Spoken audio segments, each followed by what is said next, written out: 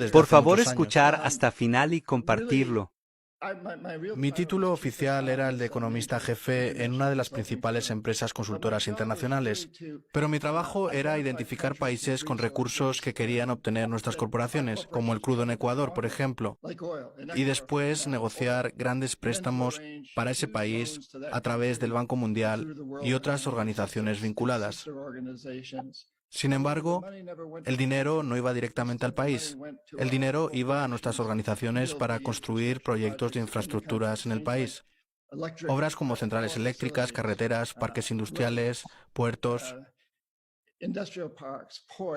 Proyectos que, en primer lugar, generaron grandes beneficios para las empresas adjudicatarias y, en segundo lugar, dieron mucho dinero a un puñado de familias ricas del país, las familias ricas que poseen las industrias, los establecimientos comerciales.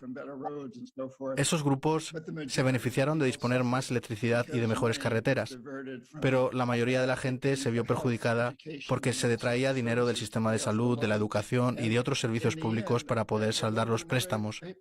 Al final, los préstamos nunca eran devueltos. No era posible devolverlos. Era parte del plan. Así que básicamente creábamos una especie de imperio que se hacía con el control del país. Ahora podíamos volver al país y decir, ¿no pueden pagar sus préstamos? Pues vendan sus recursos. Ya sea petróleo o lo que tengan, véndanlos baratos a nuestra organización, sin ninguna regulación social o ambiental. O déjenos construir una base militar en su territorio, como usted bien sabe, por Ecuador. Vote con nosotros en la próxima cumbre de las Naciones Unidas contra Cuba. Cosas así. En esencia, tomábamos el control del país. Y tengo que decir, como supongo que usted también es consciente, que si el presidente del país no aceptaba esas condiciones, muchas veces la gente a la que llamábamos chacales intervenían y o bien derrocaban al gobierno orquestando un golpe de Estado, o bien asesinaban a los líderes como hicieron con Allende en Chile, con Lumumba en el Congo y al final con Dinh Diem en Vietnam, entre muchos otros. Tenemos una larga historia que sitúa a veces al presidente de un país, al ministro de Hacienda o a otra gente en una situación muy difícil. Así fue como creamos un verdadero imperio global, un imperio corporativo económico en que se impuso a un país o se indujo a un país a endeudarse para luego someterlo. ¿Tiene algún caso concreto que nos pueda dar como ejemplo para ilustrar?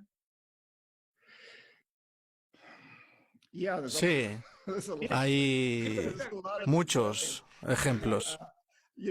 Ya sabe, por ejemplo, en Ecuador, en los años 70, una junta militar tomó el poder y la CIA estuvo muy involucrada. Al mismo tiempo, yo estaba allí en calidad de sicario económico. Fui a Ecuador como antes estuve en Colombia y en muchos países de América Latina. Básicamente yendo a visitar a presidentes que, de hecho, en muchas ocasiones eran dictadores militares que sabían que en gran parte debían su seguridad al apoyo de la CIA. De modo que era muy fácil ir y decirles, oigan, acepten de nosotros este gran préstamo y contraten a nuestra empresa. De hecho, nunca verán el dinero. El dinero, de hecho, nunca entrará en su país. Saldrá de un banco en Washington, como el Banco Mundial, y acabará en una cuenta en un banco de Houston, Texas, o en San Francisco. Es un juego con dinero respaldado por la Reserva Federal para pagar a Halliburton o a otras grandes empresas que vengan y construyan esas grandes infraestructuras. Pero su familia y las familias de sus amigos se beneficiarán porque son dueños de la industria y se van a beneficiar de toda la electricidad producida.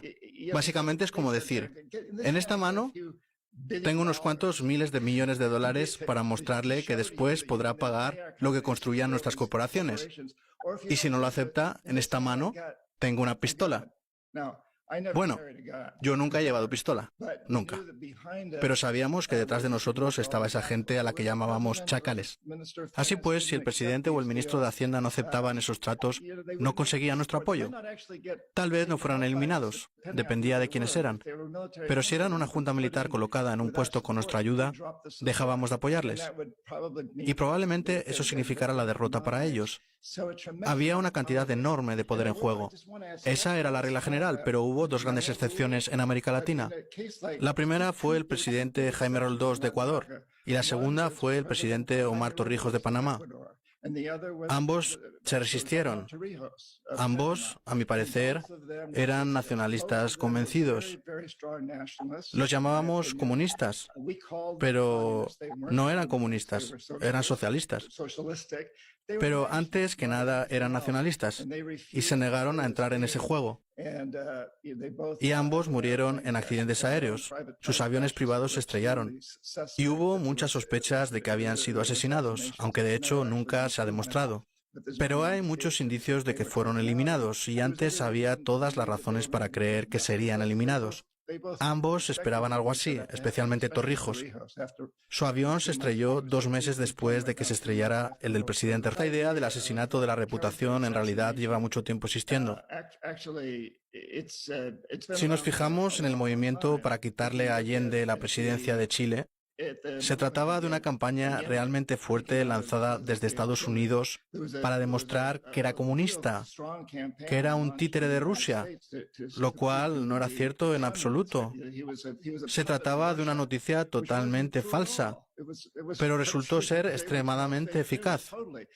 Antes de eso, a principios de los años 50, Mossadegh en Irán fue derrocado por un agente de la CIA que entró y convenció al país, sobornando a los periódicos, a los medios, a la policía y provocando manifestaciones de que Mossadegh no era popular, pero era muy popular. Y en gran parte fue una campaña mediática. Y ciertamente en tiempos más recientes vemos al presidente Lula de Brasil recorriendo ese camino.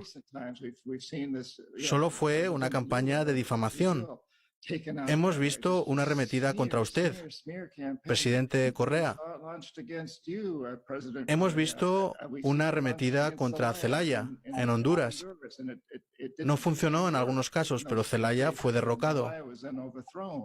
Esto es viejo, pero ahora se está poniendo peor. El poder de las redes sociales, que puede ser muy positivo. A veces hablo de cómo usarlas para reformar las corporaciones, para unir a los consumidores en un boicot, pero también puede ser extremadamente efectivo para destruir la reputación de los políticos. Ciertamente lo vemos hoy en Estados Unidos. El presidente Trump es un maestro en hacer declaraciones falsas, totalmente falsas.